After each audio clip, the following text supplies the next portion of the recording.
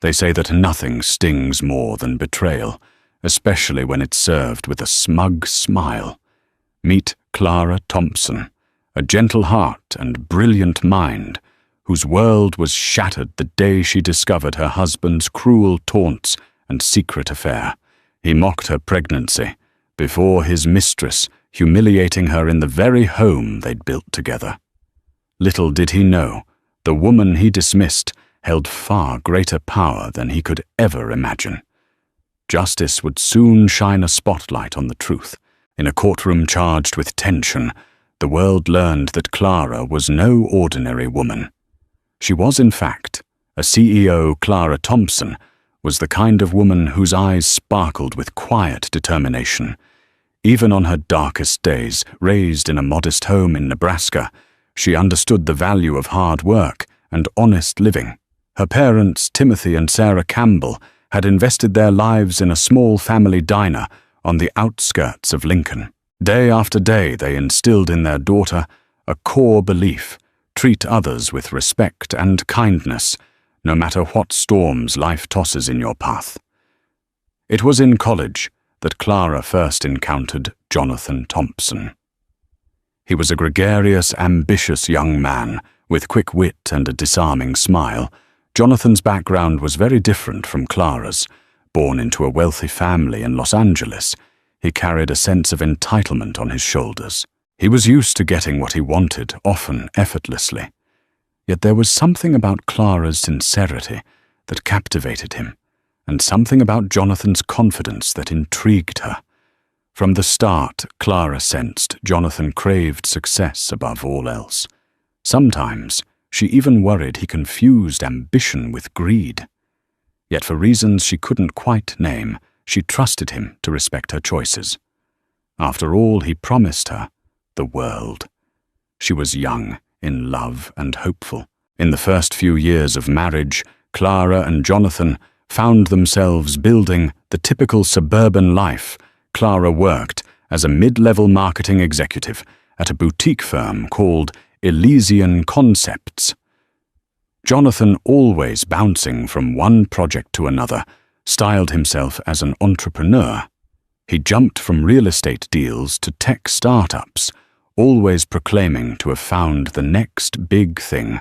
When they moved to Chicago, Clara took on a more senior role in a larger advertising agency, Dahl & Ross, to support them financially. Even then, subtle warning signs emerged.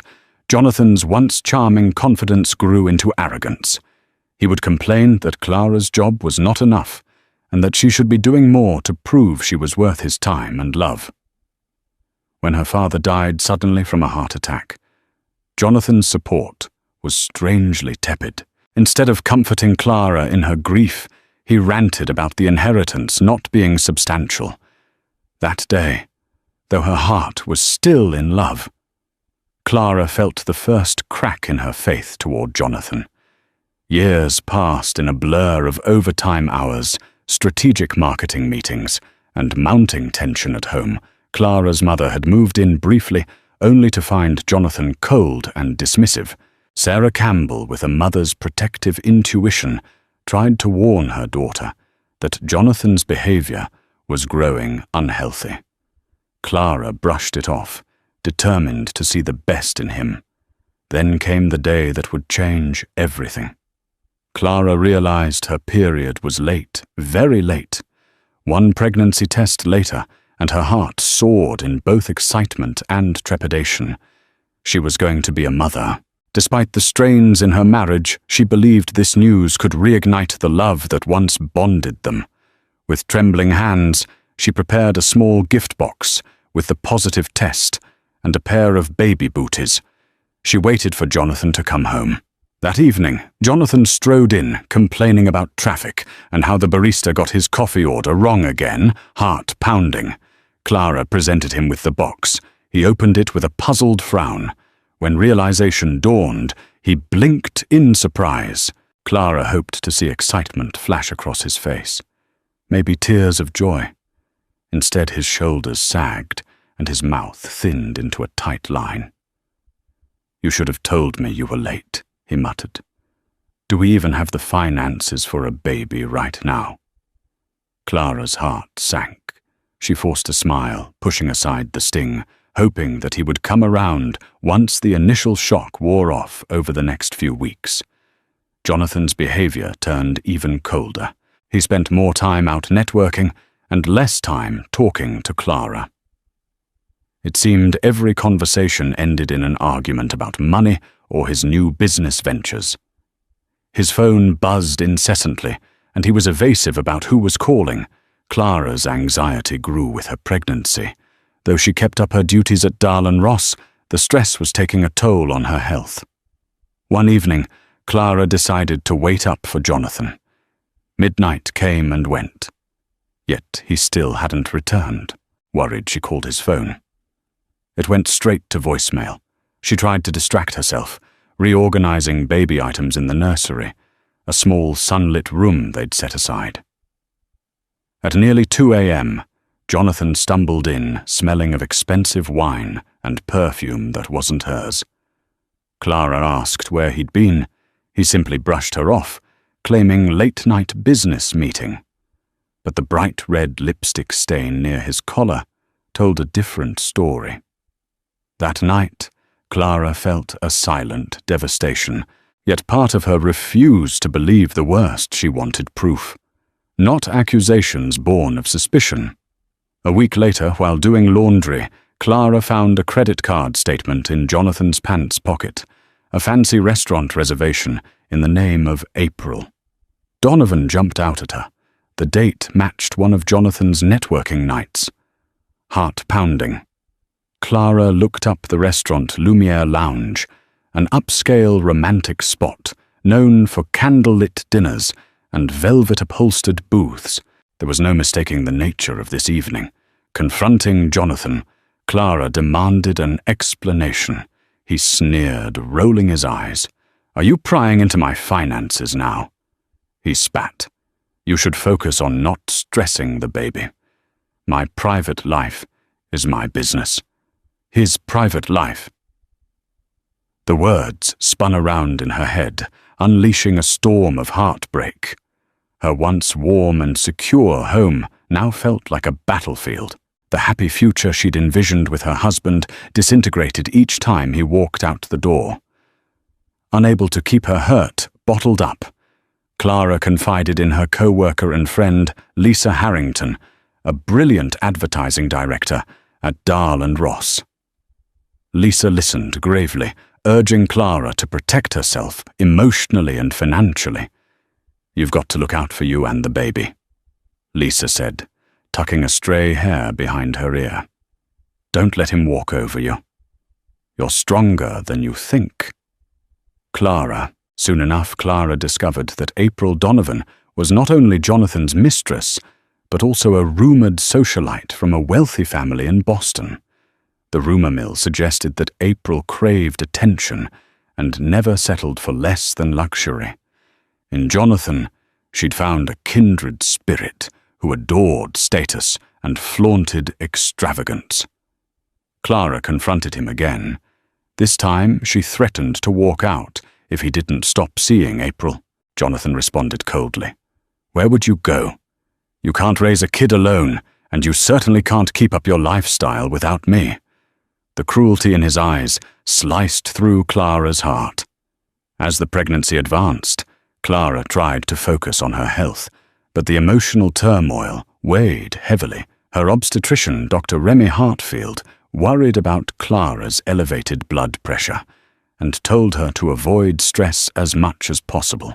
"High stress can lead to complications," Clara, the doctor said gently. Clara nodded. But how could she find peace when her husband was parading around with another woman? The final straw came one weekend. Jonathan claimed he had an urgent meeting with potential investors. Clara, feeling uneasy, decided to quietly follow him in a taxi. He headed straight to the Four Seasons Hotel, where a lavish charity gala was taking place. Slipping inside, Clara spotted Jonathan and April in a cozy corner, locked in an intimate conversation. Clara's heart hammered in her chest as she saw him lean in to kiss April. She marched up to them. Jonathan froze, eyes flicking with irritation rather than guilt. April looked Clara up and down with a smirk. "This must be the wife," she said in a mocking tone. Before Clara could speak, Jonathan sneered. "Don't start a scene." "Clara, you're embarrassing yourself." Then, with horrifying callousness, he announced to a few onlookers nearby, "She's pregnant, sure, but let's be honest, her salary can't even support her own unborn child properly." He laughed, and April joined in the cruel chorus. Trembling with anger and humiliation, Clara turned and fled the hotel, tears scalding her cheeks.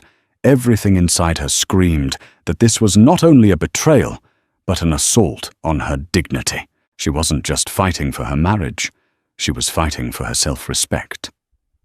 Early the next morning, Clara received an unexpected text from a blocked number. "I'm sorry for how you were treated. He's not worth it. You deserve better." Shocked Clara reread the message, suspecting it might be from April or someone close to Jonathan. But as quickly as it had come, the number disappeared. It felt strangely comforting that someone, somewhere, had recognized how she'd been wronged. Wary but curious, Clara confided in Lisa again. Lisa insisted she had to take control of her own life over lunch at a small cafe near Dahl and Ross. Lisa gently took Clara's hands and said, "Clara, you're brilliant at what you do. Your presentations are top-notch. You have the entire skill set to start your own venture, if you wanted. You don't need Jonathan's approval or his money, especially not after how he's treating you." Clara sipped her coffee, thinking of how she'd dreamt of running her own marketing firm one day. She had never seriously considered it before, mainly due to family obligations and the notion that Jonathan might not support such an endeavor.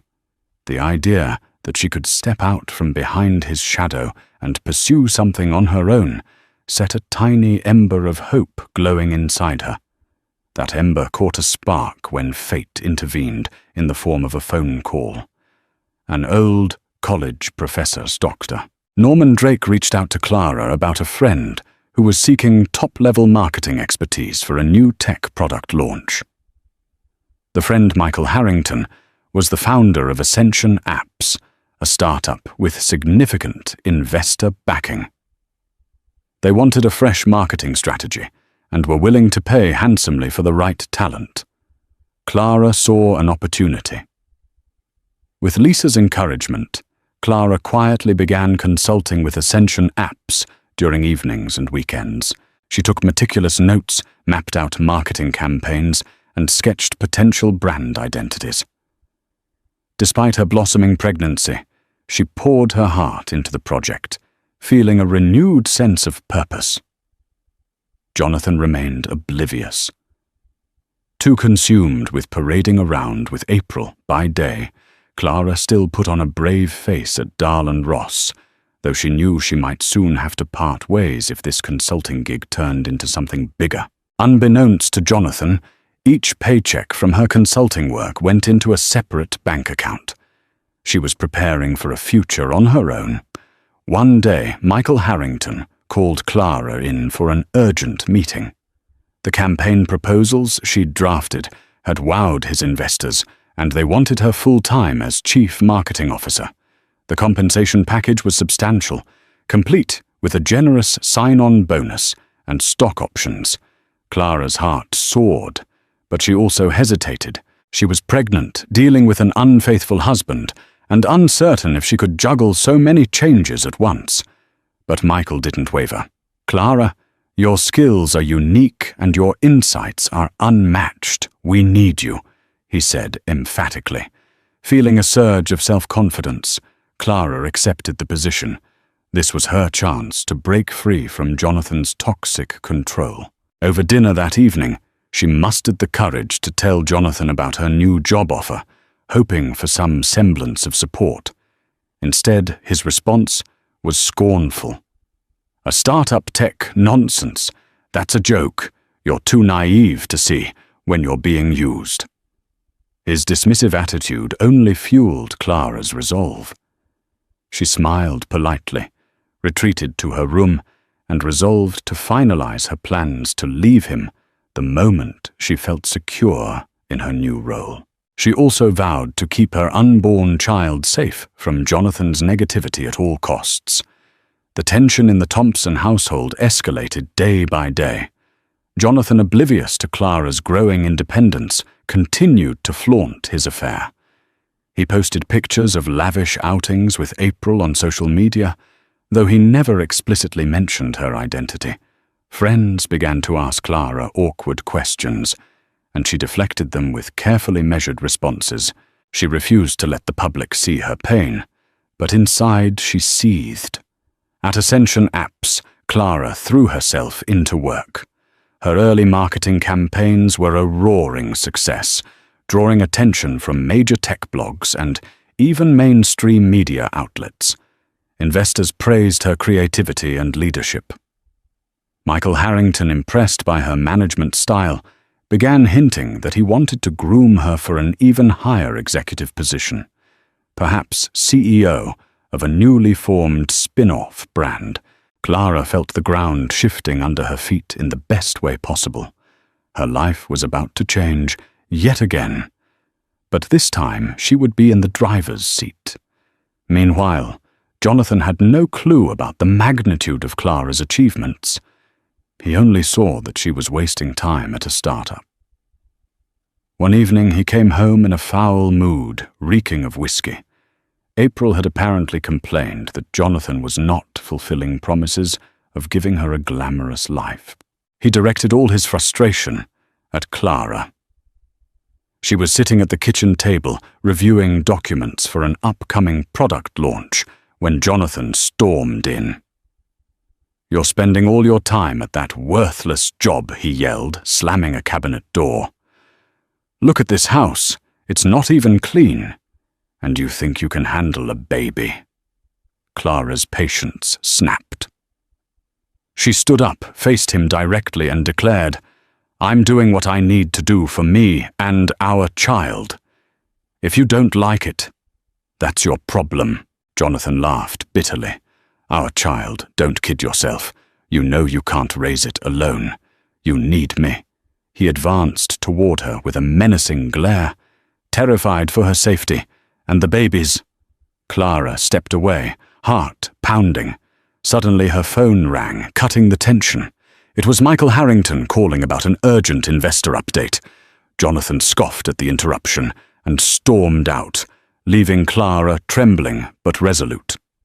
The time for living in fear was over. In the weeks that followed, Clara quietly prepared her exit strategy. She kept a journal of every threatening or humiliating statement Jonathan made. She also documented his repeated absences and compiled screenshots of his social media posts with April. Her friend Lisa advised her to consult an attorney, so Clara visited Rebecca Henderson at a respected law firm, Johnson & Friedman. Rebecca was known for her fierce advocacy on behalf of wronged spouses. Rebecca listened patiently as Clara poured out her story, tears brimming in her eyes.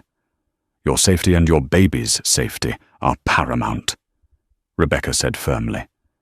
"We'll file a restraining order if needed, and we'll ensure you receive proper spousal support. But first, I want to understand your financial situation and your new job thoroughly." Clara disclosed her new position and how her salary was rapidly increasing alongside the stock options. She revealed her plan to leave Jonathan once she found a new place to live. Rebecca assured her that everything could be arranged discreetly. The attorney urged her to stay cautious. People like Jonathan can become volatile when they realize their control is slipping, she warned. Despite Clara's attempts at discretion, rumors eventually reached Jonathan. He found out she was earning far more than he'd assumed. One day, rummaging through mail on the kitchen counter, he came across a bank statement for Clara's separate account. The hefty deposit from Ascension Apps stunned him. enraged at the prospect of losing financial control, he confronted Clara yet again. "You think you can just sneak around hoarding money?" he snarled, waving the bank statement in front of her. "Who do you think you are?" Clara didn't cower this time. Slowly standing, she met his glare head-on. "I'm someone who's tired of being treated like dirt. I'm building a future for me and our baby, with or without you." There was a moment of stunned silence. Clara could see confusion in Jonathan's eyes, as though he'd never imagined a scenario where she could thrive independently. He spat a bitter laugh and stormed off. But for Clara, that fleeting exchange was a victory. She had found her voice, and with it, a sense of freedom. The rain pattered softly against the windows of Clara's condo, painting streaks across the glass, as if nature itself mourned with her. She sat at her small dining table, surrounded by paperwork, her swollen belly pressing gently against the edge. Gabriel, though still unnamed, kicked from within, as if reminding her that he was there. A life forming a future coming. Clara rubbed her stomach instinctively, letting out a tired sigh. The weeks had been long and heavy, between late-night strategy calls for Ascension apps and the creeping anxiety of her crumbling marriage. She hadn't had a moment to exhale, to feel anything beyond duty and survival. Every step forward felt like wading through mud. And yet she kept moving. Then the call came. Her phone buzzed quietly. Michael Harrington. The screen read. She hesitated. It wasn't a scheduled meeting. Was something wrong? "Hello." She answered her voice, cautious but steady. Clara Michael's voice came through warm and deliberate. "I need to speak with you in person, if you can manage." Within the hour, she sat across from him in the Ascension conference room, clutching a thermos of decaf coffee as she fought to still her trembling hands. The atmosphere was different, more focused, more intense. Michael wasn't his usual jovial self. He looked as if he was about to drop a bombshell. "I'll be direct," he said, resting his elbows on the table. "Your work has been exceptional. Investors are beyond impressed. We've decided to launch a new subsidiary, Ascension Creative, and we want you to run it." Clara blinked. "Run it." He smiled as CEO. Time seemed to freeze. The words hovered in the air like snowflakes, suspended mid-fall. Clara stared at him, her mind struggling to catch up. "You want me to be CEO?" she repeated slowly, as if trying the title on for size. Her voice cracked under the weight of disbelief. Michael nodded. "Yes, you're not just good at what you do. Clara, you lead, you inspire. You've transformed this brand in weeks. Imagine what you could do with full authority." Her eyes stung unexpectedly. No one had spoken to her like this in years. Not since college, perhaps. Not since before Jonathan. Not since she was simply Clara Campbell, a woman full of ambition and belief. But she began placing a protective hand over her belly. "I'm pregnant. I'm about to be a single mother. This is so much. What if I can't handle it all?" Michael leaned forward, sincerity softening his tone. "Clara, your pregnancy doesn't make you less capable. If anything, it shows your resilience. You've juggled more under pressure than most people ever will. You don't have to say yes right now. The announcement can wait until after your baby is born. But I wanted you to know we see you, we believe in you." She covered her mouth with her hand. Overcome, emotions rushed in a tidal wave of disbelief, gratitude, fear, and something deeper, validation. For years, she had been made to feel small, like her dreams were too loud, too inconvenient. And now someone was handing her the keys to a future she thought she'd lost. Tears slipped down her cheeks silently. She didn't try to stop them. "I'll do it," she whispered, her voice full of quiet strength. "I'll accept," Michael smiled. "Then let's build something incredible together." That night, back in her condo, Clara stood by the window, watching the city lights flicker in the distance, for the first time in what felt like forever. She didn't feel like she was just surviving. She was becoming. Jonathan didn't know it yet, but the woman he thought he'd broken was already rising. One decision, one heartbeat at a time. And soon, the world would call her something new. CEO. Unfortunately, Jonathan would not let her slip away so easily. During her 8th month of pregnancy, Clara came home one last time to pack her belongings. Jonathan was in the living room, smirking. April was there too, perched on the couch like she owned the place. Clara's heart pounded at the brazen display of disrespect. "You think you can just leave me without consequences?" Jonathan taunted April. "And I have decided to get married once we finalize our divorce.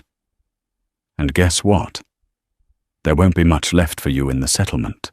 My father's lawyer is the best in the city," April giggled. "Yes, Clara, if that's your name, don't be too upset. Jonathan told me your child was unplanned anyway." Her words dripped with sarcasm and cruelty. Clara's cheeks burned with anger, but she refused to respond with the same venom. She quietly picked up her suitcase. Before walking out, she leveled a calm stare at Jonathan. "I hope you're happy with the choices you've made. One day you'll realize what you lost." With that, she shut the door on him, and the life they once shared, Clara settled into her temporary condo, a stark yet comforting contrast to the lavish, tension-filled house she left behind. Each day she prepared for the birth of her child, while juggling the responsibilities of her demanding job. Lisa came by, regularly helping to assemble baby furniture and pack a hospital bag. During these visits, they shared stories of the old days, letting laughter replace pain. On a breezy afternoon, she officially filed for divorce with Rebecca's help. The paperwork was straightforward, but emotionally heavy. Clara was ready to fight for custody of her child and ensure their future was secure. Rebecca was optimistic, given Clara's stable job, independent finances, and a documented history of Jonathan's mistreatment. Shortly after Jonathan's attorney, a slick operator named Marcus Delgado, filed a counter-petition. They contested nearly everything from spousal support to custody arrangements, painted Clara as unstable and unable to cope with the rigors of single parenthood. Jonathan wanted full custody, or at least enough to reduce child support obligations. Clara reeled with disbelief at the gall of it all. But she didn't panic. She had prepared thoroughly, saving every piece of evidence. The court date loomed just a few weeks away. Tensions rose, but Clara remained focused. She rehearsed her statements with Rebecca. She refused to stoop to Jonathan's level of pettiness or name-calling. Her strategy was simple: present the truth. Life, however, had one more surprise in store. Before the trial, Clara went into labor unexpectedly at 36 weeks, alone in her condo. She felt the first contraction tear through her abdomen. Fear gripped her. She wasn't fully prepared. She grabbed her phone and called Lisa, who rushed over immediately and dialed 911. The ambulance arrived, and Clara was whisked to Mercy Hospital. Hours later, in a whirlwind of pain and hope, Clara gave birth to a baby boy whom she named Gabriel, holding him in her arms. Clara felt a surge of protective love. This tiny infant was her reason for fighting her beacon of hope in the darkest storm. Gabriel came out slightly premature, but healthy enough to breathe on his own. The doctors kept him in the neonatal unit for a few days to ensure no complications arose. Jonathan was conspicuously absent. He didn't visit the hospital at all. When word finally reached him, April apparently discouraged him from going, complaining that Clara was trying to trap him with emotional manipulation. So Jonathan stayed away, further proving to Clara that she was doing the right thing by leaving him. Once Gabriel stabilized, Clara took him home to the condo where Lisa had baby-proofed the essentials. Late nights turned into early mornings as Clara navigated the exhaustion and bliss of new motherhood. Her body ached from delivery, and she struggled to breastfeed at first. But each success felt like a small triumph. Rebecca advised her to postpone the court hearing given her medical situation. However, Jonathan and his legal team pressed forward, hoping to catch Clara at a weak moment. Reluctantly, Clara agreed to proceed, trusting that her documentation and professional legal support would prevail. Within 3 weeks of Gabriel's birth, the court date arrived. A crisp morning sunlight lit the steps of the Cook County Courthouse in downtown Chicago. Nervous energy fluttered in Clara's stomach as she walked in with Rebecca, baby Gabriel, safely at home with Lisa. To her left, she spotted Jonathan in an expensive suit, arm in arm with April, who wore a smug grin. Marcus Delgado stood near them, scanning documents and nodding in self-assured confidence. The courtroom was a formal, yet tense space. Family court cases were being heard one after another. Finally, their case was called Thompson versus Thompson. Clara's heart pounded as she approached the bench. The presiding judge was the Honorable Alicia Stone, a well-respected figure known for her zero tolerance for deception. Rebecca presented Clara's case meticulously. She outlined Jonathan's infidelity, emotional abuse, and lack of concern for Clara's well-being during pregnancy. She highlighted Clara's stable income and supportive friends. Clara handed over documented evidence of Jonathan's late nights credit card statements and social media posts. Marcus tried to interrupt with claims that Clara was emotionally unstable, referencing postpartum challenges. He argued that Jonathan was willing to provide a luxurious lifestyle for the child, and insisted that the baby's best interests lay with a father who had significant financial resources. Significant financial resources, Rebecca retorted. Are we discussing Jonathan Thompson's personal finances or that of his father? My client has proven her own professional success. Time and again, Jonathan took the stand, painting himself as a victim. He claimed Clara shut him out, refused to communicate, and was obsessed with her own career. He even implied that the paternity of the child could be questioned, though he offered no evidence to support this wild assertion. The judge frowned at the baseless allegation. When it was Clara's turn, she spoke calmly, hands clasped tightly in front of her. She described Jonathan's dismissive attitude toward her pregnancy, his public humiliation of her, and his ongoing affair with April Donovan. She only provided facts, never once stooping to personal attacks. The judge's gaze softened at Clara's composure and the heartbreak she'd endured. Then came a dramatic twist. Marcus Delgado unexpectedly called April Donovan to the stand. April swanned forward in a designer dress, flipping her hair confidently. She claimed that Jonathan was a loving partner who had rescued her from a toxic environment. She alleged that Clara was the real manipulator, and that Clara had withheld intimacy from Jonathan, driving him to find solace elsewhere.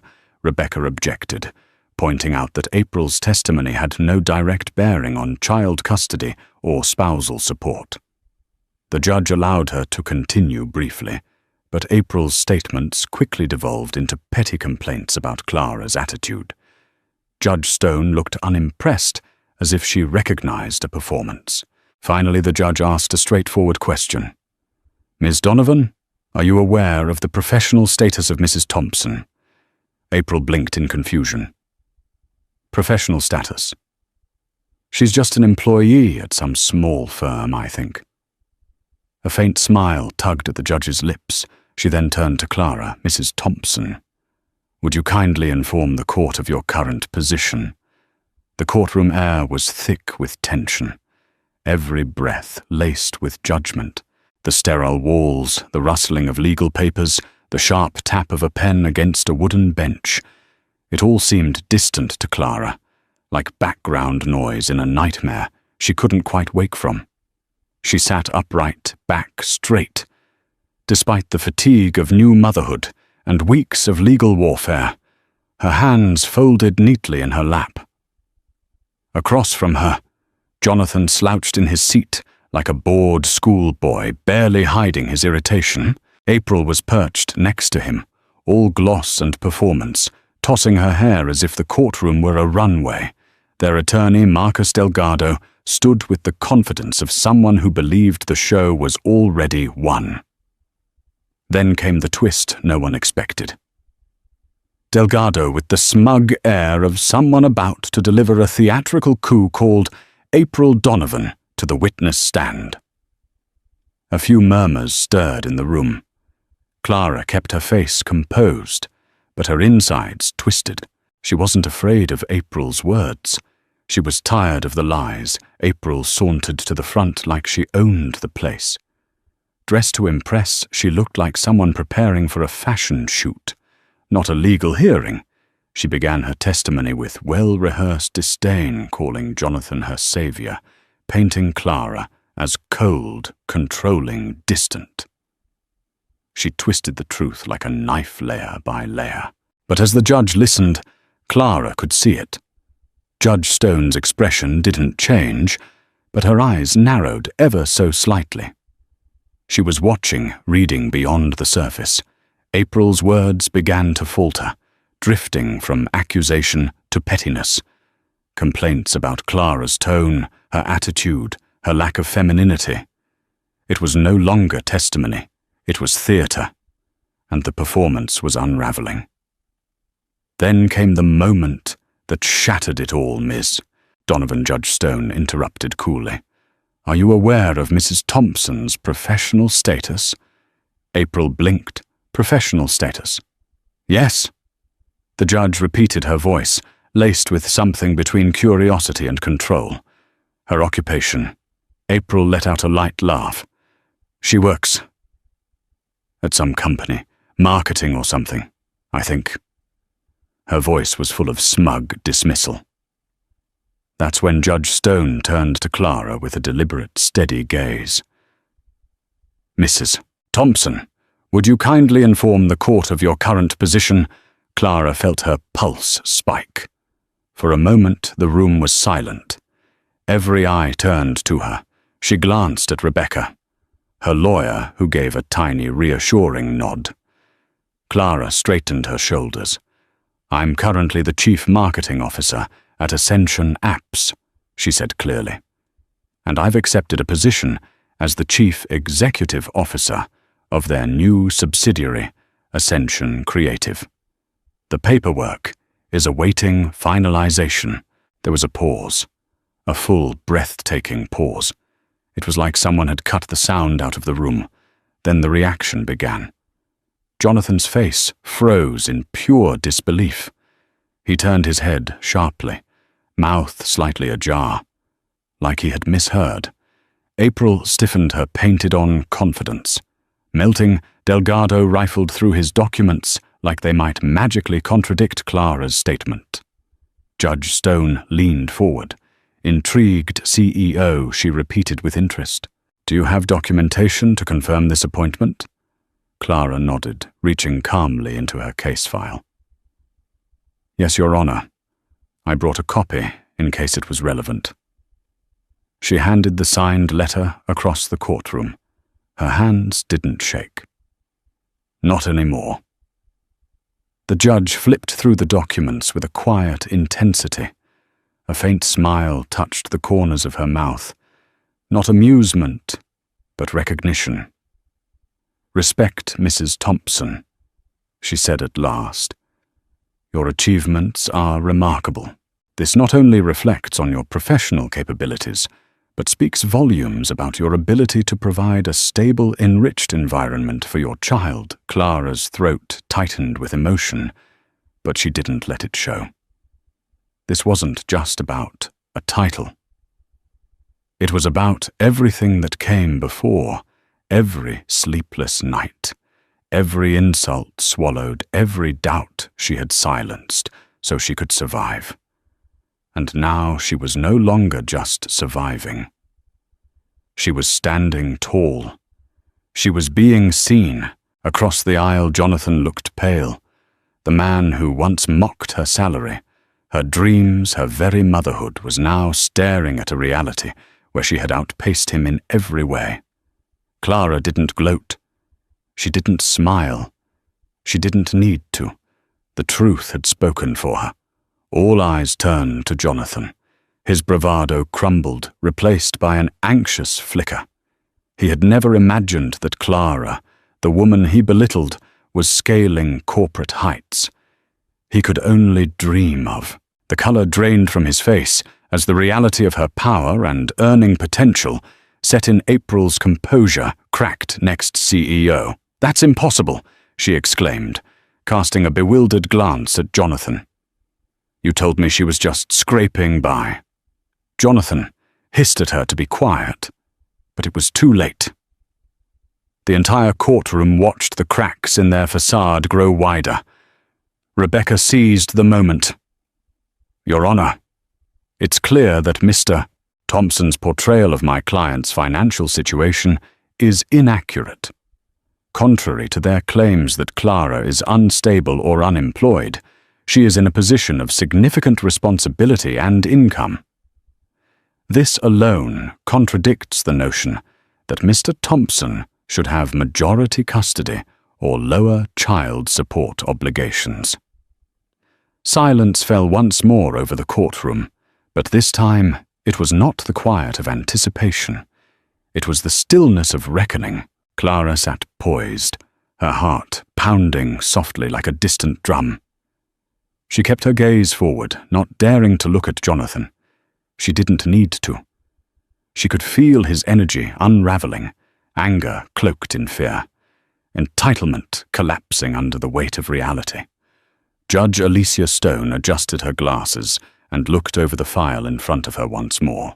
Her eyes flicked to Jonathan, then to Clara, then down to the stack of evidence financial statements. Social media screenshots documented neglect. And now the CEO confirmation letter that had shifted the entire courtroom dynamic like a tectonic plate snapping into place. When the judge spoke, her voice was measured calm, but behind it was a quiet steel. "The court has reviewed all submitted materials and testimony," she began, Mrs. O. "Thompson has demonstrated both through documentation and witness accounts that she has acted in the best interest of her child from the moment she became aware of her pregnancy." Clara felt her breath catch. Every part of her was clenched, waiting, hoping. She has shown remarkable professional stability, emotional composure, and clear, consistent efforts to protect and prepare for her child's future. Jonathan shifted in his seat, frowning. April's smugness had vanished. She sat rigid and silent, her nails digging into the strap of her designer purse. Conversely, Judge Stone continued turning her eyes directly to Jonathan. "Mr. Thompson has provided no credible evidence of stability, nor has he adequately rebutted the claims of emotional neglect, infidelity, or financial recklessness. Furthermore, the attempt to question the paternity of the child without basis or proof demonstrates a troubling pattern of deflection and irresponsibility." Jonathan opened his mouth to object, but the judge raised her hand, sharp and final. "My decision is as follows," she said, her voice now echoing like the drop of a stone into a still lake. "Full legal custody is awarded to Mrs. Clara Thompson, Tess. Thompson is granted visitation rights as outlined by the court schedule and is required to contribute to child support based on a revised financial evaluation, including half of all medical and educational expenses. A sharp inhale escaped Clara before she could stop it. Her fingers gripped the edge of her seat. It was real. Then came the final blow. Not from Clara, but from the bench. Judge Stone turned to Jonathan, her gaze unflinching. "I advise you, Mr. Thompson, to reflect on the role you play in your son's life, not in terms of what you believe you're owed, but what you are responsible for. Being a father is not a title. It is a duty." Jonathan looked stunned, as if hearing those words from someone he couldn't dismiss had finally pierced his armor. The judge added, almost as an afterthought, but with the gravity of a closing door. "Should Mrs. Thompson wish to pursue additional damages related to emotional distress, she is entitled to do so in a separate civil suit. This case is now concluded." Bang! The gavel fell. And just like that, it was done. For a long second, Clara remained frozen, not from shock, but from something deeper. Relief. Vindication. A swell of something she hadn't felt in so long. Freedom. Rebecca touched her arm gently. "You did it," she whispered. Clara turned to her, blinking back tears. "We did it," she said. Across the aisle, Jonathan stood up too fast, nearly knocking over his chair. His face was flushed, his expression twisted with disbelief and fury. He no longer had power to act on. April didn't move. She stared ahead, as if trying to rewrite the past few minutes with her mind alone. But the truth had been spoken. Justice had chosen its side. Clara gathered her files, straightened her spine, and walked out of the courtroom. Not broken, not bitter, but reborn. The moment the gavel struck, a surge of relief and triumph rushed through Clara. Tears slipped down her cheeks as she thanked Rebecca, who nodded with a small smile. Jonathan hurried out of the courtroom, muttering curses under his breath, while April trailed behind, looking shell-shocked. Outside, reporters from local tabloids who had caught wind of a juicy divorce case snapped photos of the meltdown. Clara shielded her face and politely declined to comment. In the hallway, Lisa met Clara with open arms. The victory was monumental, but Clara felt a tinge of sorrow for what she had endured to get here. She squeezed Lisa's hand, whispering, "We did it." And Lisa replied, "No, you did it. You stood up for yourself and your child." Over the following weeks, Jonathan frantically tried to negotiate with Clara privately. He offered to reconcile if she called off the divorce proceedings, mostly in an attempt to salvage his finances. Clara calmly refused. She had endured too much trauma to even consider going back. She explained that any communication from now on would go through Rebecca and revolve solely around visitation for baby Gabriel. April, on the other hand, publicly distanced herself from Jonathan after the humiliating courtroom debacle. Rumors circulated that she left town to focus on her own well-being. Jonathan, bereft of both Mistress and the illusions of grandeur, found himself alone. Clara resumed her duties at Ascension Apps, balancing motherhood with the demands of her position. True to his word, Michael Harrington publicly announced her appointment as CEO of Ascension Creative in a press release that garnered national attention. Suddenly, Clara found herself invited to speak at conferences about women in leadership, balancing family and career, and overcoming personal adversity. With each new responsibility, Clara remembered the core values instilled by her parents: humility, kindness, and fairness. She assembled a team that reflected diversity and ethical business practices. Overnight, her story turned into an inspirational headline. "Rising from betrayal to break barriers in tech months" rolled by, and Clara found a rhythm in her new life. Gabriel thrived, growing into a bright-eyed baby who giggled at every silly face Lisa made. Despite her heartbreak, Clara discovered that her capacity for love had only deepened. She quietly dated a fellow executive she met at a marketing conference, David Chang, a down-to-earth man who treated her with genuine respect. Though cautious, Clara allowed herself to hope that a healthy relationship was still possible. Jonathan, meanwhile, spiraled. The child support payments and his failing business ventures forced him to downsize his lifestyle. He lost his swanky apartment and had to move into a modest rental. The occasional newspaper snippet would mention his drunken outbursts or unpaid debts.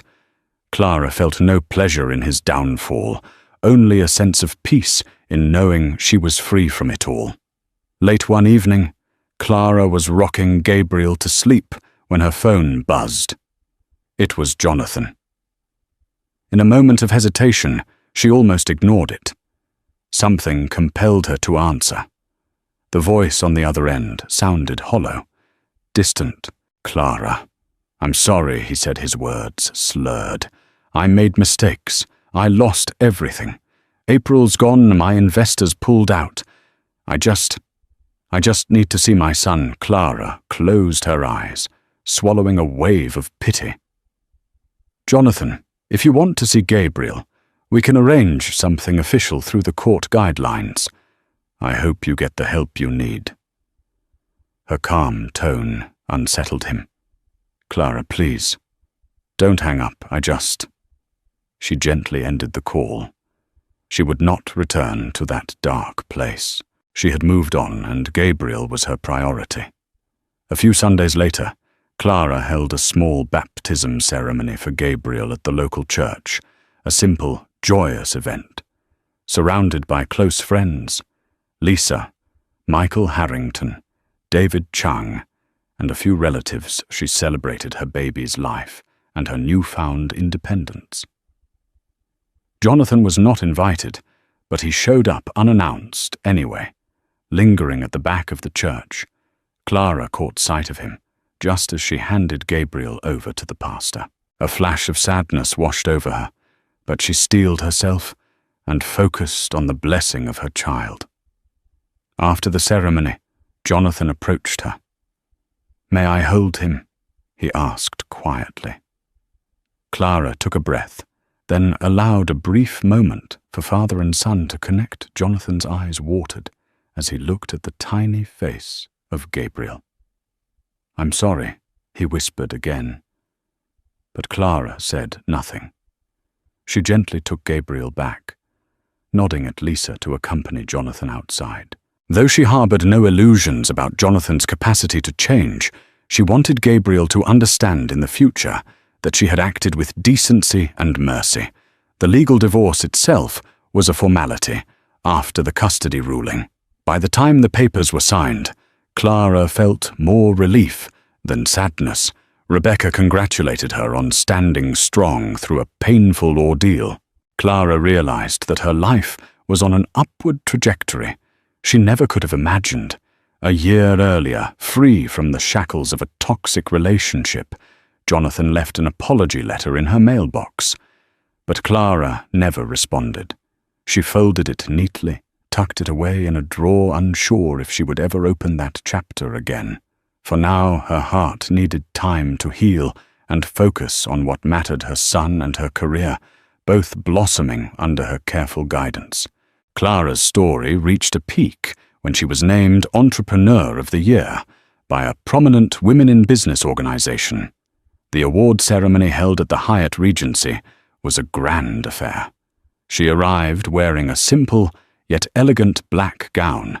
Greeting a host of colleagues and well-wishers, Lisa took on babysitting duties for Gabriel, ensuring Clara could fully soak in her achievement.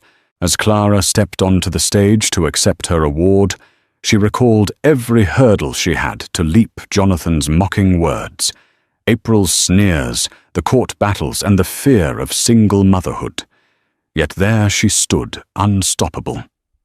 She dedicated her award to her parents, Sarah and the late Timothy Campbell, for teaching her resilience.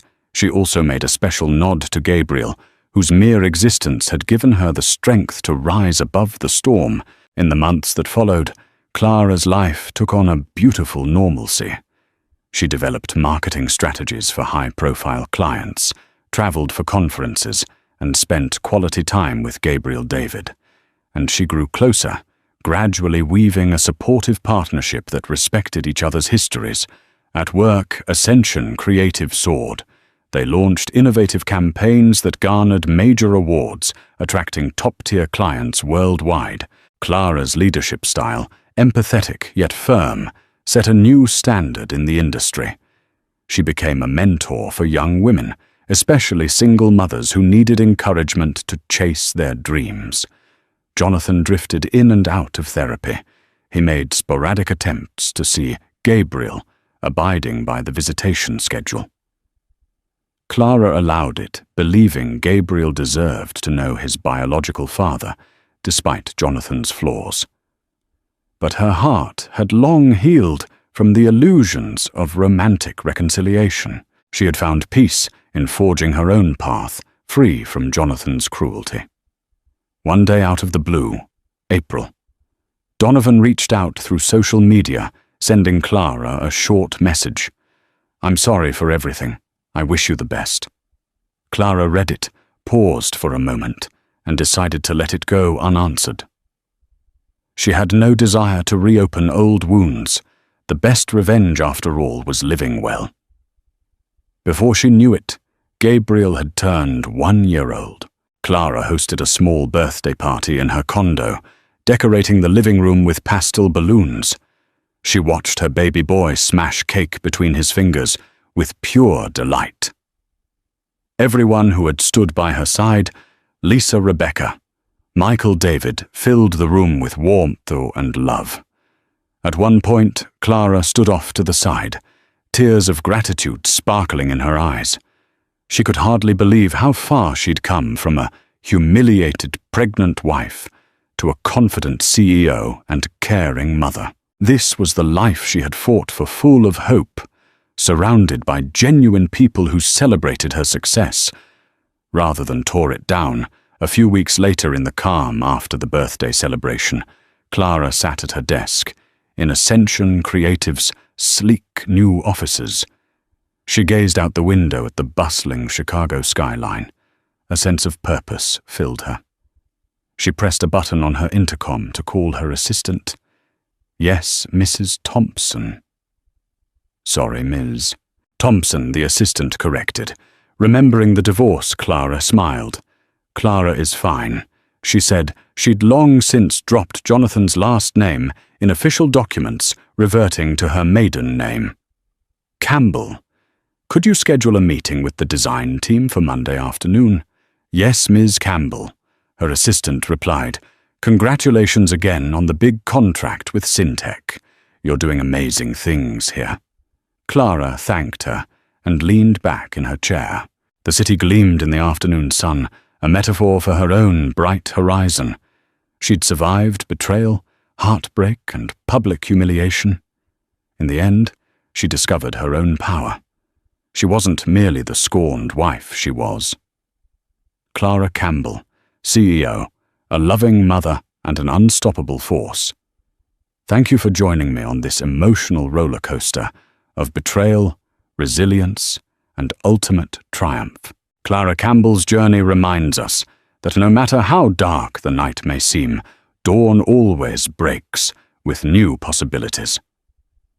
She overcame humiliation, stood her ground, and rose to become a powerhouse in her field, all while embracing the joy of motherhood.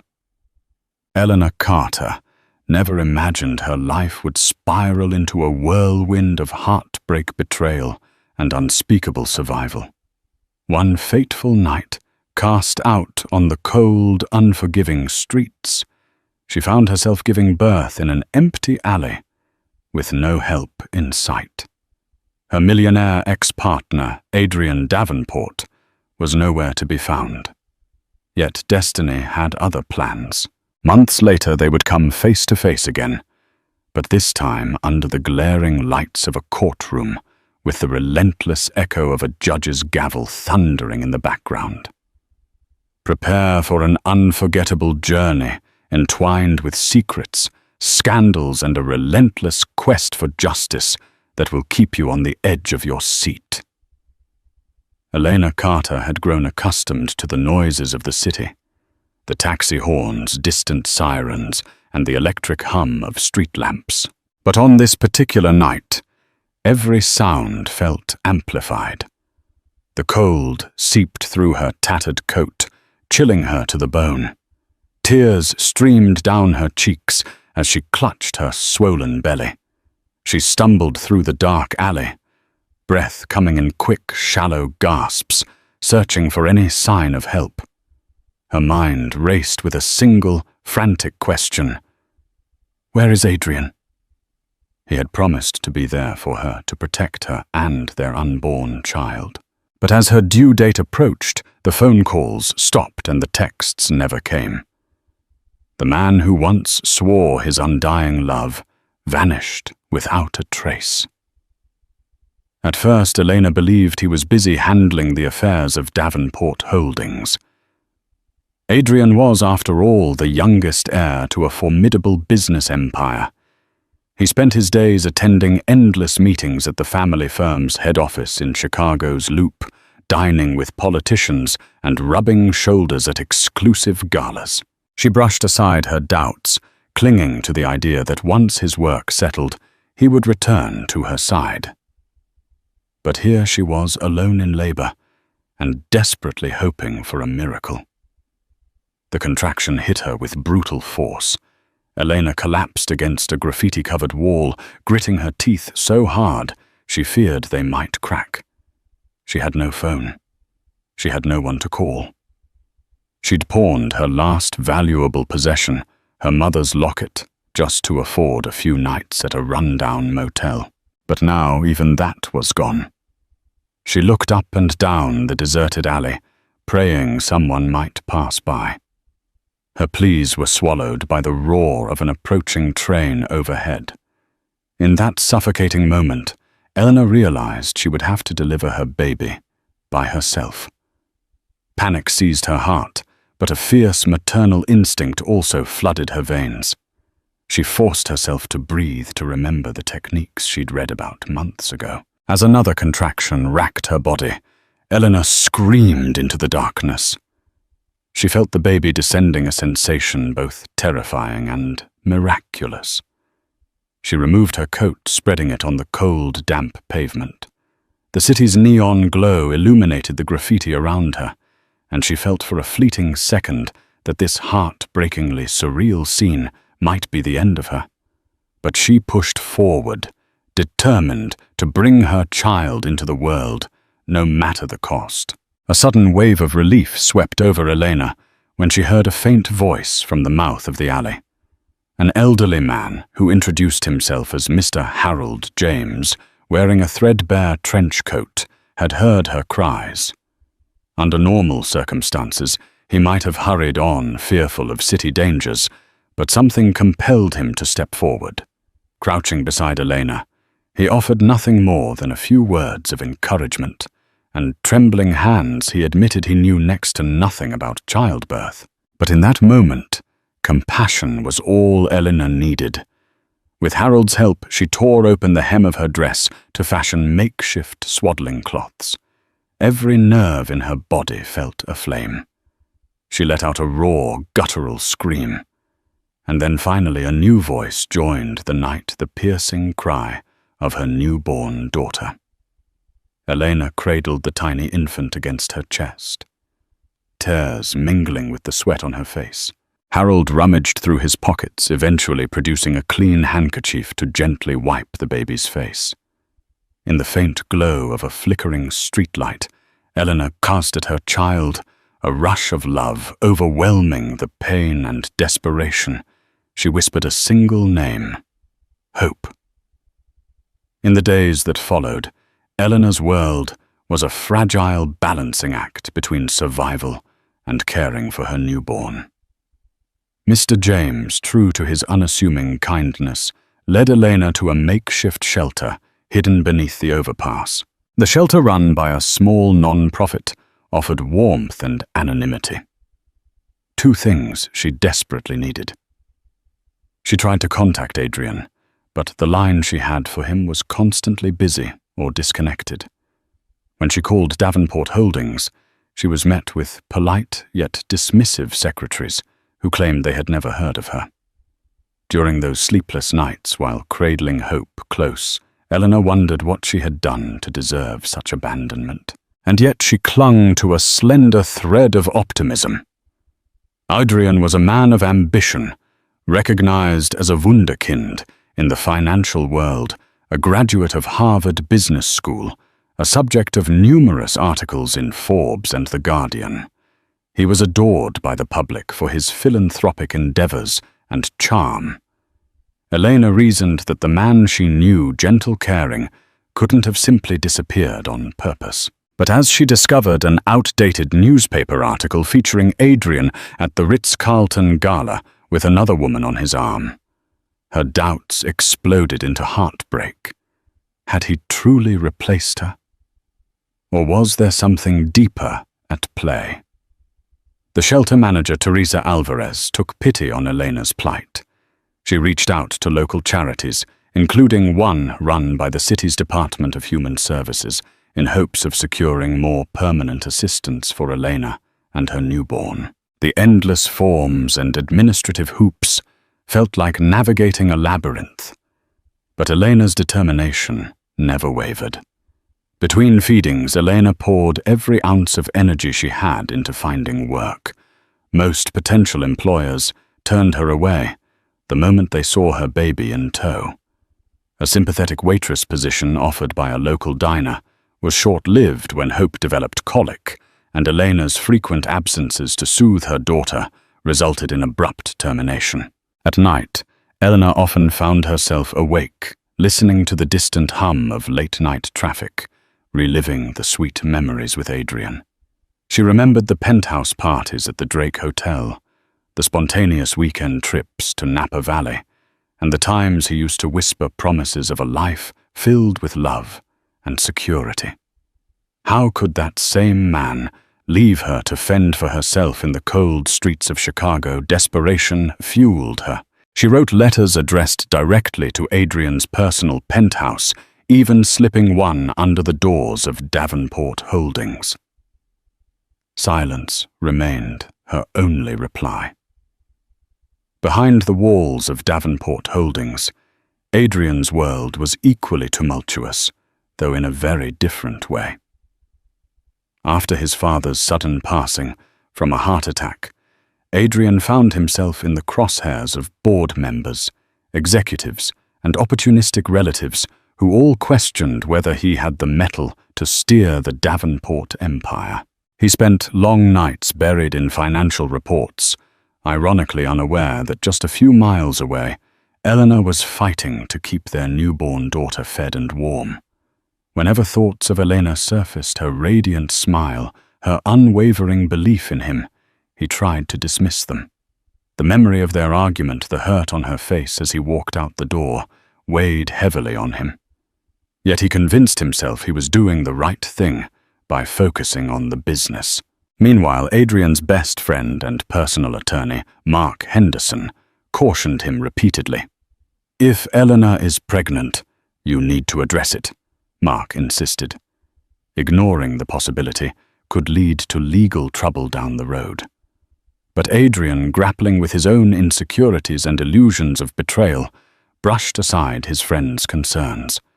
With the entire Davenport board pressuring him to secure a profitable merger, Adrian allowed his personal life to remain an unresolved mystery. Winter arrived mercilessly in Chicago, the sub-zero winds cutting across Lake Michigan and leaving ice crystals in their wake. For Elena and her baby, warmth was a luxury they could seldom afford. Through the non-profit's coordination, they secured a small room in a halfway house. The cramped space, flaking walls, and drafty windows were far from ideal, but Elena found a glimmer of hope in having a door to lock at night.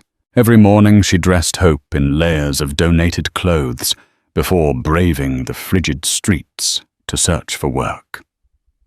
She handed out resumes at fast food chains, retail stores, and even administrative offices. Most places either ignored her or expressed sympathy before showing her the door. "We'll keep your application on file," they'd say, their eyes betraying a pity she loathed. One fateful day, after trudging through a blizzard, Eleanor collapsed on the sidewalk, her body shaking from exhaustion. A passerby named Patricia Locke, an off-duty social worker, found her and immediately called an ambulance. At Mount Sinai Hospital, doctors discovered severe anemia, dehydration, and signs of malnourishment. For Elena, the hospital bed and the gentle hum of machines offered a fleeting sense of safety, even if Hope's cries in the nursery reminded her that they still had an uphill battle to fight. While Elena recovered at Mount Sinai, Patricia Locke, the caring social worker who found her, visited every day. She brought small comforts, a cozy blanket for Hope, a set of baby bottles, and offered a compassionate ear. It was Patricia who first gently suggested legal counsel. "Eleanor," Patricia said one afternoon, "you have rights, and so does your daughter. If Adrian Davenport is truly the father, you need to consider seeking child support or any financial help the law might provide." The mention of Adrian's name triggered a wave of conflicting emotions in Eleanor: anger, sorrow, and a glimmer of lingering love. She had been too proud, or perhaps too frightened, to consider legal action before. The mere idea of dragging her once-beloved partner into court felt like another betrayal of her hopes for a reconciled family. But she had to face the reality her baby needed stability, and she was running out of ways to provide it alone. By the time Elena was discharged, Patricia had connected her with a pro bono legal clinic. There, Elena was introduced to Marcia Bradshaw, a determined young attorney with kind eyes who specialized in family law. And with that single step, the trajectory of Elena's world began to shift. Marcia Bradshaw's office was modest, nestled in a worn-out building housing various non-profits. Unlike the gleaming high-rises of Davenport Holdings, the space here was cramped and the elevator often broken. But Elena immediately felt at ease. There was an air of sincerity in Marcia's posture as she gestured for Elena to sit. As Elena recounted her story, Marcia listened intently, scribbling notes on a yellow legal pad. The attorney's brow furrowed when Elena described giving birth alone in an alley, and the subsequent silence from Adrian. "If Adrian Davenport is the father," Marcia said carefully, "we can pursue a paternity test, child support, and potentially more. But you must be prepared for a fight. The Davenports are powerful, and they're not going to roll out a welcome mat." Fear and resolve wrestled within Elena. She cradled hope as the baby fussed her cries, echoing through the cramped room. Elena knew she was venturing into uncharted territory, a world of court documents and depositions, but she no longer had the luxury of choice. Leaving Marcia's office, Elena felt a rush of anxious determination. The protective walls she'd tried to build around her heartbreak were slowly giving way to a new resolve. "I will fight for my daughter's future." The day the official letter arrived at Davenport Holdings was one Adrian would never forget. The engraved envelope bore Marcia Bradshaw's name and the words "Notice of Paternity and Child Support Hearing." Adrian stared at the letter, his mind racing, heart pounding as he read through the legal jargon.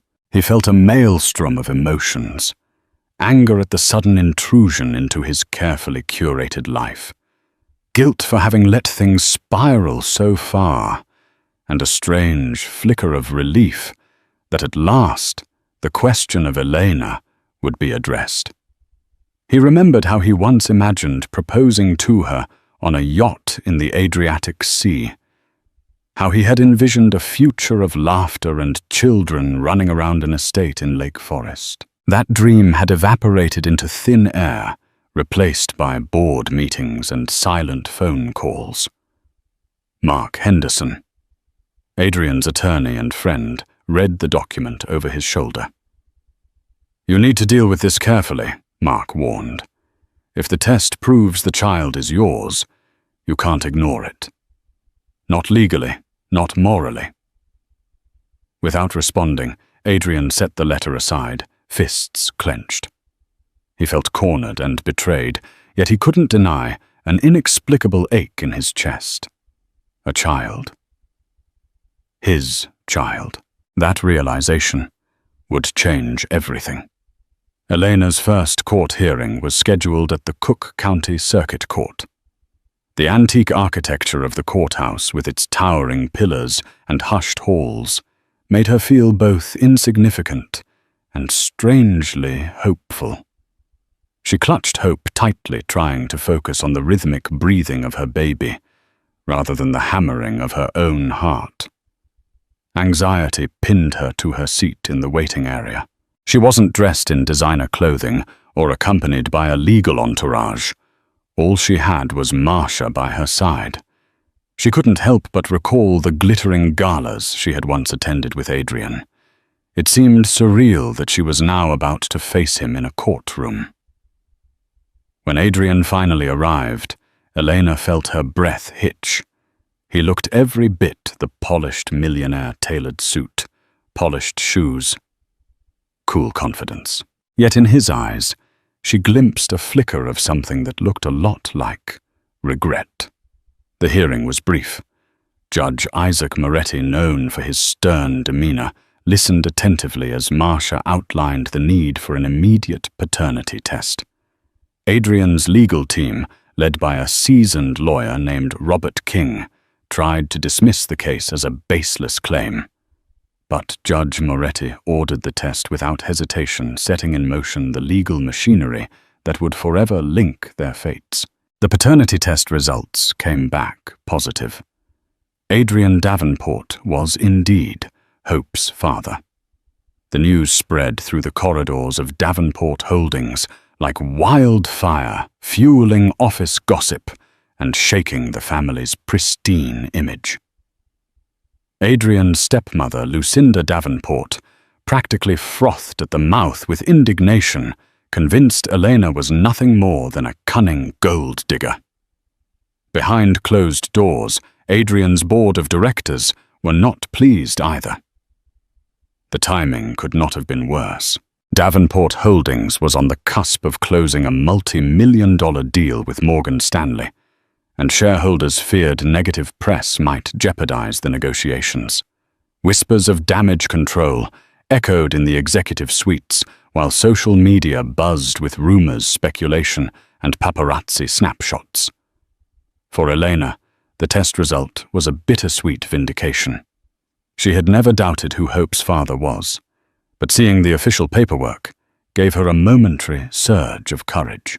Marcia assured her that the next steps formalizing child support, possibly negotiating custody rights, were well within her legal claims. Still, a pang of sadness clung to her. Despite her anger and hurt, a small part of her had yearned for an apology or some show of remorse from Adrian that went beyond mere legal obligation. But for now, the fight had only just begun, as the public eye turned toward the unfolding drama media outlets, scrambled for angles. The Chicago Tribune ran a headline, "Millionaire Heir, Adrian Davenport, in Paternity Scandal." Talk shows, tabloid websites, and social media hashtags proliferated. Meanwhile, Elena found herself fending off reporters who camped outside the shelter, where she sometimes volunteered, eager to snap pictures of her with Hope. Marcia advised Elena to maintain privacy and focus on the court proceedings, but the relentless intrusion weighed on her. She worried about how the press would frame her story. She was not a schemer, nor was she some naive girl chasing a wealthy man's fortune. She was simply a mother, fighting for her child's rightful support. Adrian, on the other hand, had spun into a crisis management frenzy. Robert King arranged a discreet meeting with Marcia to gauge the possibility of settling out of court. They proposed a lump sum of money in exchange for full custody, hoping to shield the Davenport name from ongoing scandal. Eleanor was appalled by the suggestion that she might sell her child to a father who had been absent throughout her pregnancy and her daughter's early months. For Elena, the lines were clear. She wanted Adrian to be involved in Hope's life, but not at the cost of being pushed aside like an inconvenience. A crucial turning point arrived when Marcia scheduled a mediation session.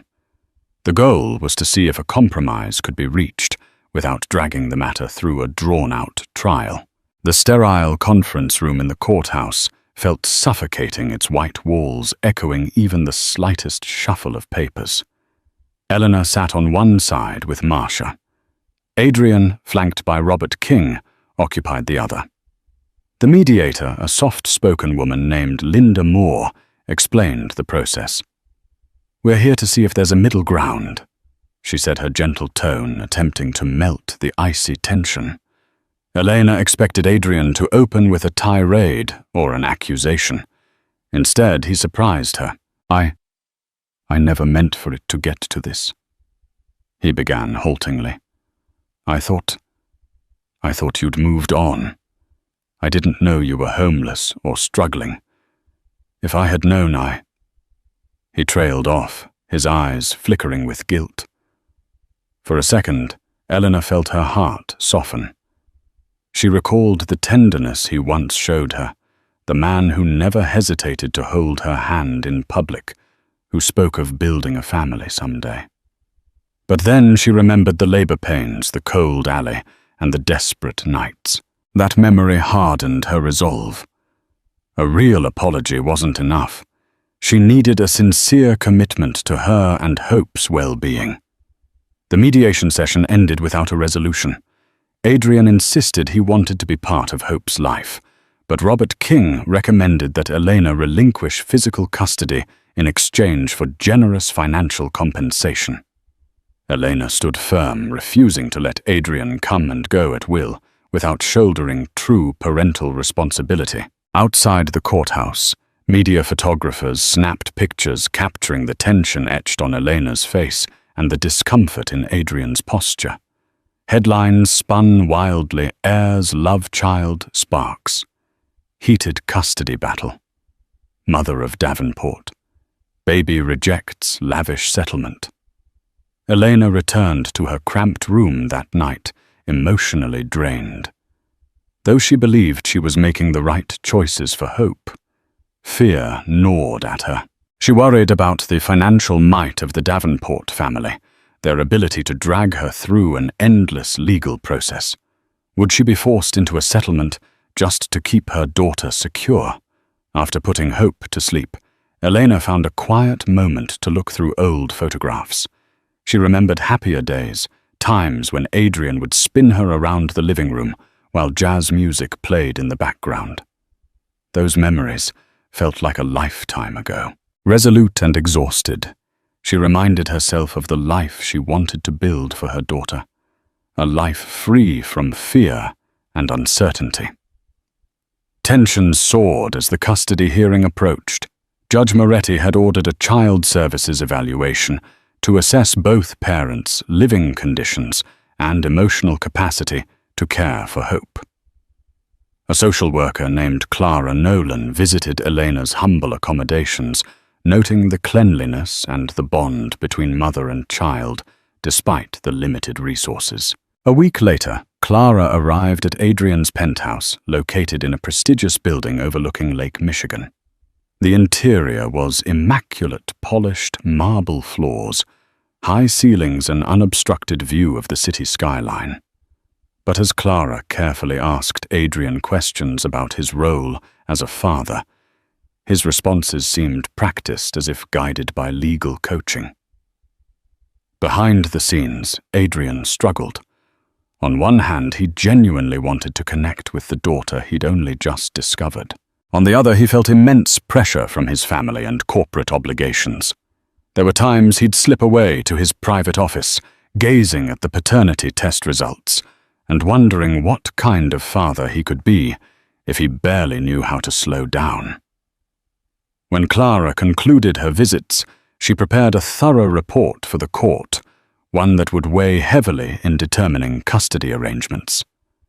Both Elena and Adrian braced themselves, not knowing which way the scales of justice would tip. The morning of the custody hearing dawned grey and chilly, reflecting the mood that enveloped the courthouse. Journalists lined the entrance cameras, flashing with relentless curiosity. Elena felt faint, her stomach churning from a mix of nerves and residual hunger. She'd skipped breakfast, having lost her appetite. In the courtroom, Judge Moretti wasted no time. Clara Nolan's report highlighted that while Adrian could offer financial stability and a luxurious environment, he had yet to demonstrate any hands-on parenting skills. Elena, on the other hand, had been the sole caregiver, albeit in impoverished circumstances, showing unwavering devotion to the child's welfare. Marcia argued passionately that Hope deserved not just money, but emotional security. She insisted that uprooting the infant from her mother's care would be traumatic. Robert King countered, emphasizing Adrian's resources and willingness to employ the best nannies, tutors, and medical specialists. He framed it as an opportunity for Hope to flourish in ways that Elena could never provide. Judge Moretti listened carefully, his face unreadable. After hours of testimony and legal arguments, he announced that he would take the matter under advisement. The final decision would be pronounced in a week's time.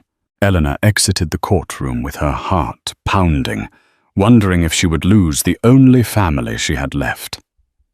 As the days ticked by, Elena found herself swinging between fragile hope and crushing dread.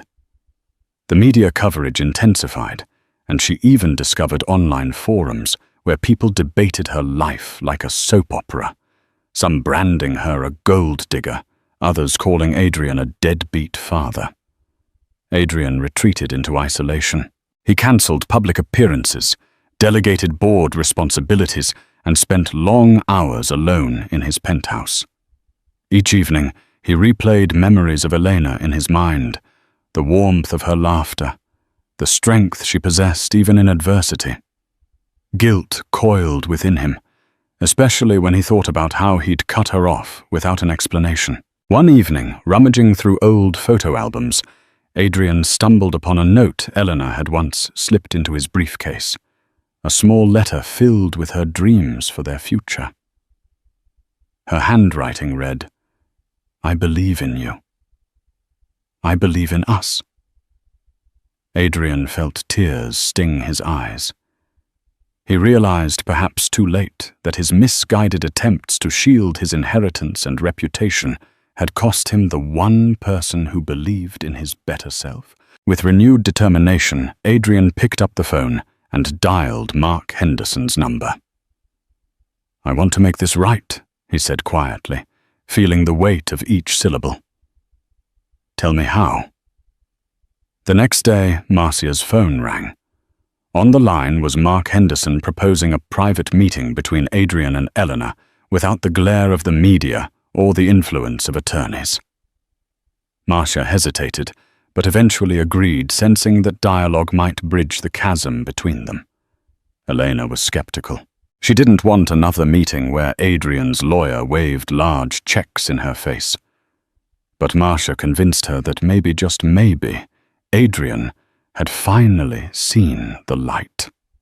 So on a chilly Friday evening, under the discreet arrangement of Mark and Marcia, Eleanor took a taxi to a small cafe in an unassuming part of town.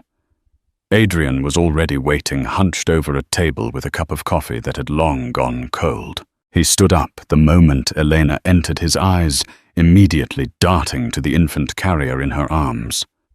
Hope was asleep, her tiny nose peeking out from beneath a knitted pink hat. For a tense moment, neither spoke. Then in a hushed tone, Adrian broke the silence. "She's beautiful." He hesitantly reached out, brushing a gentle fingertip across Hope's tiny hand. Elena's heart constricted. In that moment, she saw not the millionaire heir, but a father astonished by his child. They sat down, words tumbling out hesitantly at first, but soon flowing. Apologies, regrets, confessions of fear and pride. Outside the wind howled, but inside that modest cafe, a fragile truce began to form. Elena left the cafe feeling as if she had just stepped off a roller coaster. She and Adrian had talked for hours about the lost months, her homelessness, the labor in an alley, his blind ambition, and the manipulative counsel of those around him. Despite her lingering anger, she couldn't deny that Adrian seemed genuine in his remorse, his eyes brimming with emotion whenever Hope made a tiny, cooing sound. Though no concrete agreement was forged, they had taken a step closer to understanding. Adrian promised Elena that he would no longer hide behind the corporate fortress. If the court granted joint custody, he vowed to be a present father to ensure that Hope knew he loved her. That night, Elena returned to the shelter with Hope asleep in her arms. She felt conflicted. Her brain still cautioned her not to let her guard down, reminding her of the heartbreak she'd endured. Yet her heart yearned to believe that Adrian could be the partner and father he once promised to be. A new thought nestled into her mind. Perhaps the best scenario for Hope would be a cooperative relationship. But cooperation required trust, and trust was something they'd both shattered. For now, all she could do was wait for the court's ruling and see if Adrian's actions matched his words. On the day of the final custody decision, the tension within the courtroom was palpable. Lawyers stood at their respective tables, thick files and documents stacked high. Photographers waited outside, hungry for a shot that could capture victory or defeat. Judge Moretti took his seat, scanning the room before beginning. In the matter of Davenport versus Carter, regarding custody of the minor. Hope Carter, I have reviewed the Child Services report, listened to both parties and considered the best interest of the child. His voice resonated with authority. Elena clenched her hands tightly. Marcia placed a reassuring hand on her shoulder. Adrian sat across from them, posture rigid. The judge explained that Hope deserved the love and care of both parents, provided each demonstrated fitness and genuine commitment. To that end, Judge Moretti continued, I am granting joint legal custody to both parties. Physical custody will remain primarily with Ms. Carter, given her demonstrated role as the primary caregiver. Mr. Davenport is granted visitation rights with a review scheduled in 6 months to determine if expanded custody is appropriate. Elena felt a surge of relief wash over her, tears pooling in her eyes. Adrian exhaled sharply, a complex mix of relief and resolve settling over him. The gavel's echo signaled a new chapter in their unfolding saga. In the days that followed the court's decision, Adrian took immediate steps to prove his commitment. He arranged for a modest but comfortable apartment for Elena and Hope, covering the lease so they no longer had to rely on the cramped quarters of the shelter. Initially, Elena resisted. She worried that accepting Adrian's help would become a new chain binding her to his will. But Marcia gently counseled that stable housing was essential for Hope's well-being, and Elena begrudgingly accepted. Still, she set boundaries. She refused to accept a personal driver or a credit card. I want to stand on my own feet, she insisted. Adrian respected that choice, albeit with lingering concern. For Adrian, transitioning into fatherhood was humbling and at times awkward. He'd show up on weekends with groceries, baby toys, and books he was reading on how to care for infants. He took to heart every detail Elena offered, how to hold Hope correctly, how to burp her, how to recognize her different cries.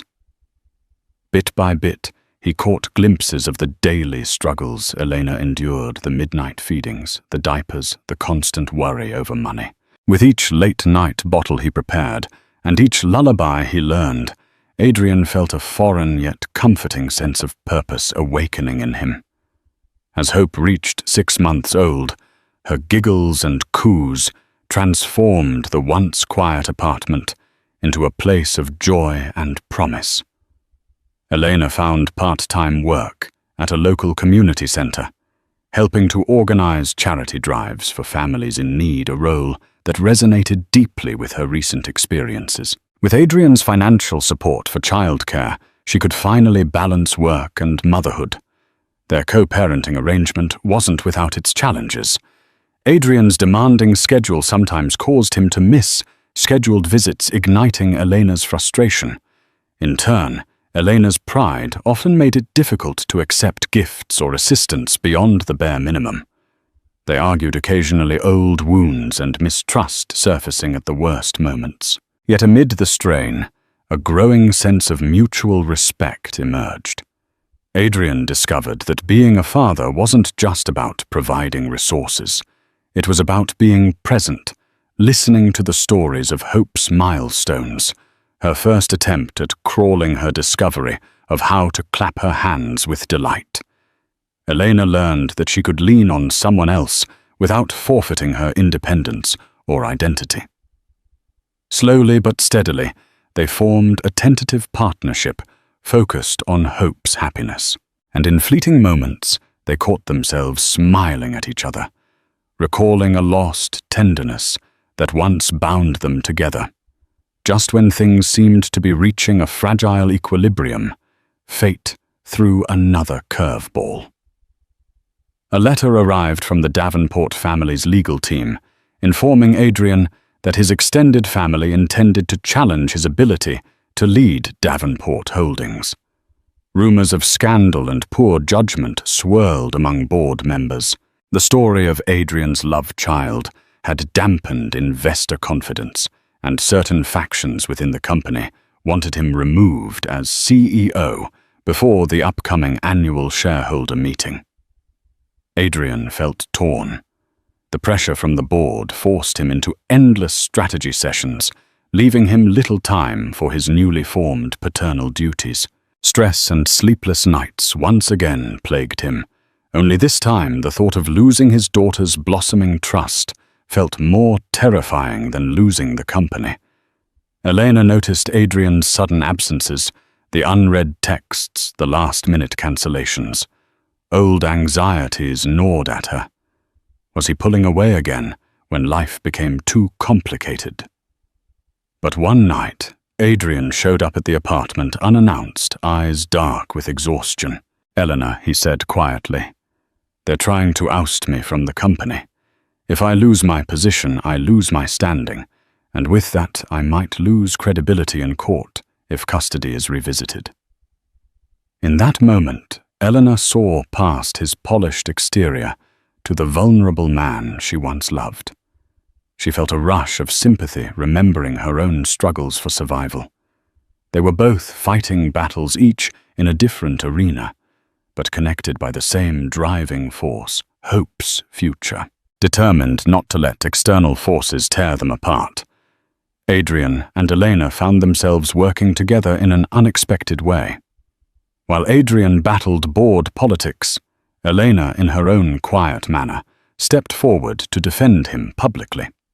She gave a small interview to a local reporter, someone she trusted from her volunteer work, clarifying that Adrian was not the villain that tabloids painted him to be.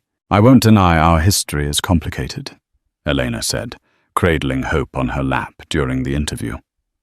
"But Adrian Davenport has been stepping up as a father.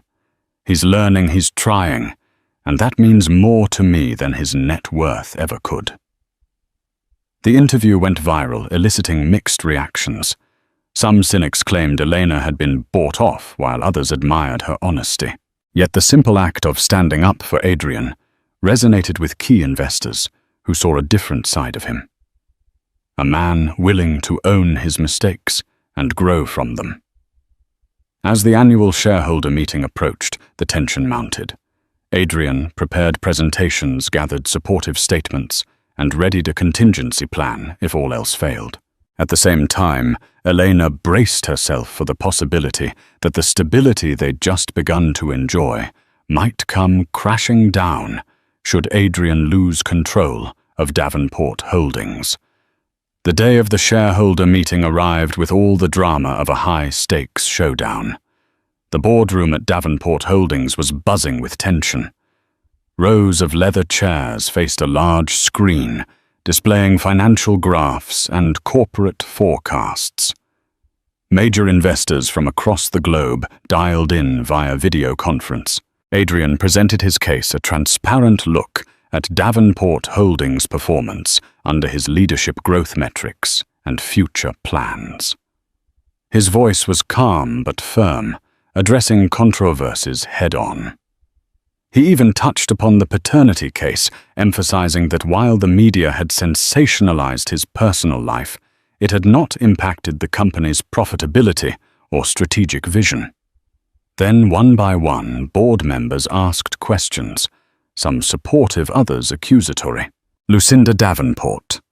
His stepmother led the charge to remove him, claiming he lacked the moral fiber to represent the company. Adrian countered calmly, reminding everyone that personal matters should not outweigh professional competence. In a surprising twist, Mark Henderson, Adrian's personal attorney, stood to share statements from philanthropic organizations praising Adrian's renewed commitment to social causes, some of which Elena had encouraged him to support. Slowly, the atmosphere shifted.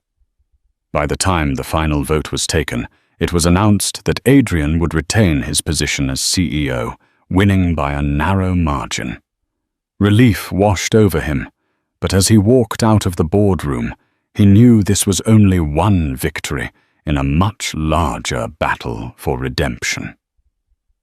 That evening, Adrian arrived at Elena's apartment with a bouquet of lilies, her favorite flower.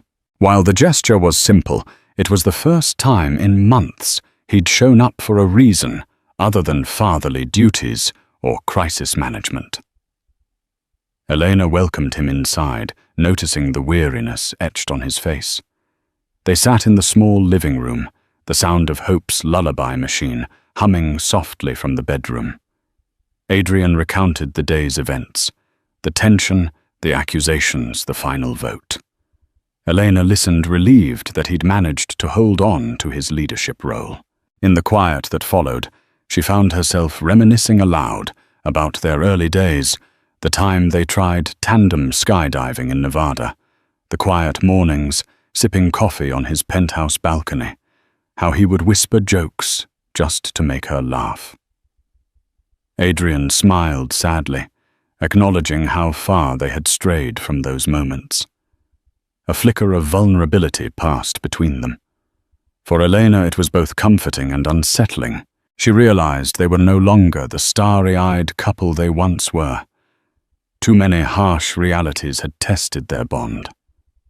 Yet in that fleeting moment, the possibility of forging a new relationship built on honesty and shared responsibility didn't seem so impossible. Over the following weeks, Adrian gradually transitioned into a more present, engaged father. No longer buried beneath the avalanche of corporate obligations, he restructured his schedule, hiring trusted deputies to manage the day-to-day operations of Davenport Holdings. That decision gave him something money couldn't buy: time. And he poured that time into being with Hope. He arrived early on weekends, often surprising Elena with breakfast in hand, usually slightly cold, but the thought warmed her. Together they experienced milestones that most parents took for granted. Adrian was there when Hope giggled uncontrollably at her first bubble bath, and when she tried to crawl only to topple face first onto a plush rug. He laughed, cheered, and even cried when Hope uttered her first word. Mama Eleanor teased him for pouting, but secretly she was touched by how deeply he cared. The community center where Elena worked was preparing for its biggest event, yet a charity gala supporting homeless mothers and children. It was a cause deeply personal to her, and she'd spent months helping to organize every detail. Nervously, She handed Adrian an invitation one evening. "You don't have to come," she said quickly. "It's small. Nothing like the Davenport Foundation galas you're used to." Adrian studied the invitation. "Elena, if this matters to you, it matters to me." He insisted on donating, but she was firm. "Do it anonymously. I don't want anyone to think I'm parading you around for donations." He smiled. "Then I'll show up and clap the loudest when you take the mic." At the gala, Elena wore a simple yet elegant navy blue dress borrowed from the center's donation wardrobe. She moved gracefully between guests, sharing her story without embellishing the tragedy or martyring herself.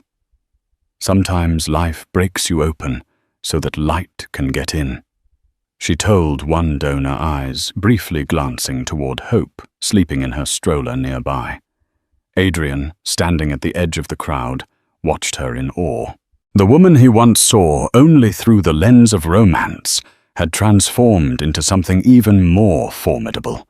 An advocate, a leader, a survivor. After her speech, which ended with a standing ovation, Eleanor found Adrian waiting for her in the hallway, holding 2 cups of punch and looking slightly overwhelmed. "You were incredible," he said. "Honestly, I've never been prouder." Elena looked at him, unsure how to respond. So much had passed between them. Betrayal, distance, hardship. But in that moment, she saw none of it. She saw a man slowly shedding his armor, trying to rebuild what he had once destroyed. Later that night after the event, as they sat on Elena's couch, while Hope slept soundly in her crib, they spoke of dreams not just for their daughter, but for themselves. Not the extravagant kind from their past, but quiet, meaningful ones, starting a literacy program at the center, traveling someday with Hope, maybe even writing a children's book together. Though the future remained uncertain, the bond between them deepened, forged not through romance but resilience. And from that place, something new began to bloom. One crisp autumn afternoon, golden leaves spiraled down from the trees as Adrian took Elena and Hope on a quiet outing to the Chicago Botanic Garden. The air carried the faint scent of pine and earth, and laughter floated on the breeze from nearby families enjoying the rare sunny day. Hope, now full of energy and curiosity, sat in her stroller wide-eyed at every fluttering leaf and blooming petal, pointing and babbling in delight. Adrian pushed the stroller gently while Elena walked beside him. Their steps unhurried for the first time in a long while. The sunlight glinted through the trees, casting shifting patterns on the path. It felt almost surreal after all the months of legal battles, sleepless nights and heartbreak, to be here in a moment so peaceful and undisturbed. They paused near a small pond where ducks drifted lazily across the surface. Adrian reached into his coat pocket and pulled out a few breadcrumbs he'd brought along. "Let's give her her first duck-feeding memory," he said, smiling as he handed a few crumbs to Elena and crouched beside Hope. The little girl squealed with glee as Adrian helped her toss them into the water. When they found a shaded bench beneath a tall oak tree, Elena sat down and leaned back, watching as Adrian continued to entertain Hope with silly faces and animated animal sounds. The bond between them had grown stronger, unmistakably genuine. Elena couldn't deny how far Adrian had come, not just in court appearances or financial responsibility, but in the daily unglamorous moments of fatherhood. Adrian eventually joined her on the bench, sitting close, but careful not to presume too much. There was a long silence before he spoke. "I've been thinking," he said, eyes fixed on Hope, playing with a leaf in her tiny hands.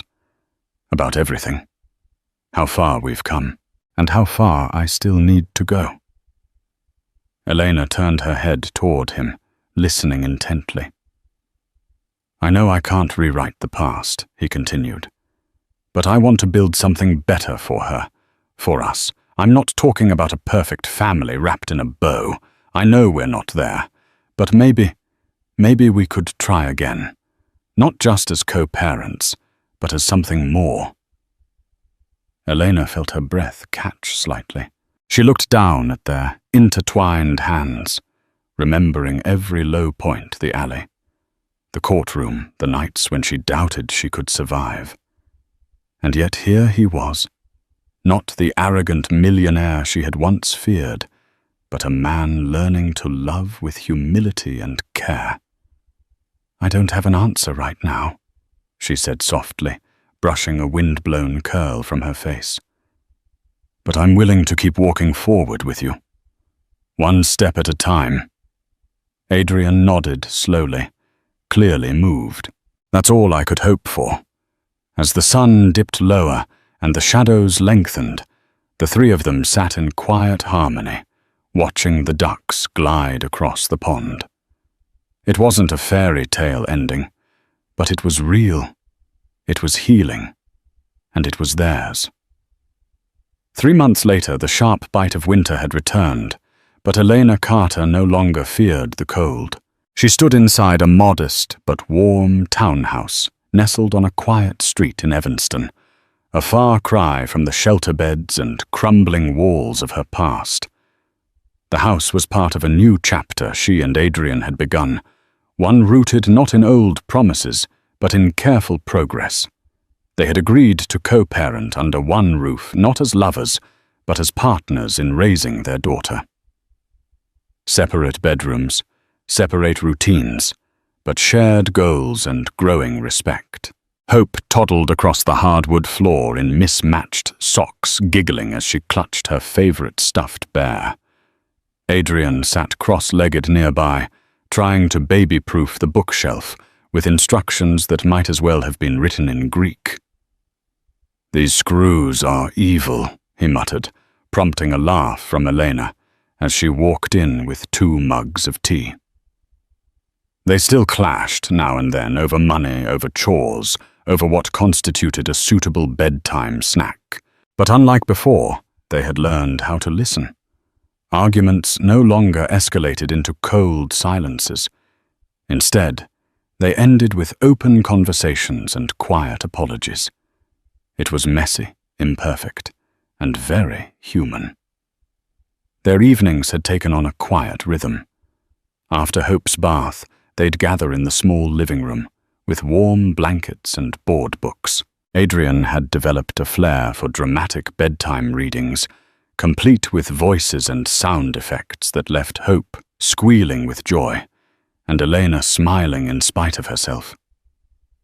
When Hope was finally tucked into bed, the adults often lingered, sometimes talking, sometimes simply enjoying the silence that comes after a day well lived.